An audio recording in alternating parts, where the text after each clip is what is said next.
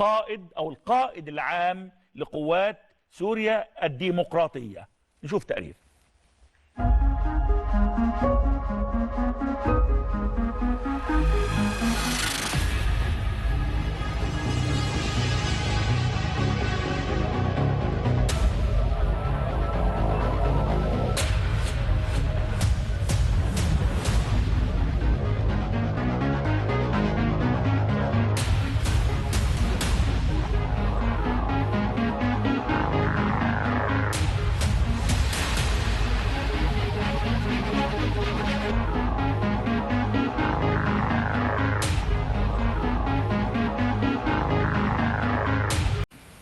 أسست مع رفاقي في 2003 حزب الاتحاد الديمقراطي مع بداية الأزمة السورية، وكجزء من استعداداتنا للتعامل مع المستجدات اللي ستحصل في سوريا في ذلك الوقت. أسسنا مع مجموعة من رفاقي في 2011 حركة المجتمع الديمقراطي تبدأ.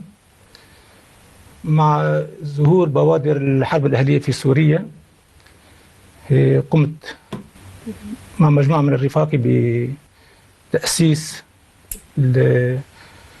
وحدات حماية الشعب، ومن أجل حماية هذه المنطقة الكردية بشكل خاص والمناطق شمال شرق سوريا بشكل عام. وتحول الوحدات حماية الشعب فيما بعد بمشاركة قادة من المكونات الأخرى في المنطقة، قادة العرب والسوريان الآشوريين والتركمان الآخرين في عام 2015 إلى القوات السورية الديمقراطية.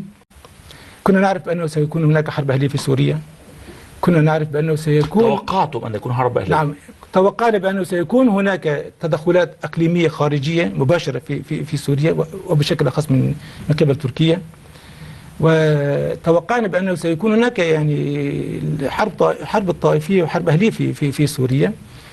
ولهذا عندما كنا نمارس العمل السياسي في بداية 2011 وحتى قبل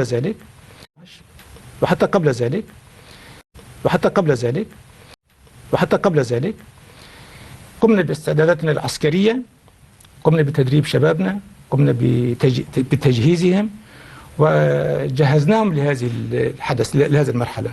ولهذا عندما أصبح يعني عندما بدأ الحرب الأهلية في هذه المنطقة كنا مستعدين لها.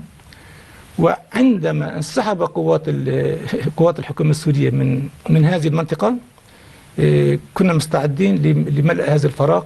عندما انسحب قوات الحكومة السورية من هذه المنطقة كنا مستعدين لملء هذا الفراغ بشكل فوري وملأنا.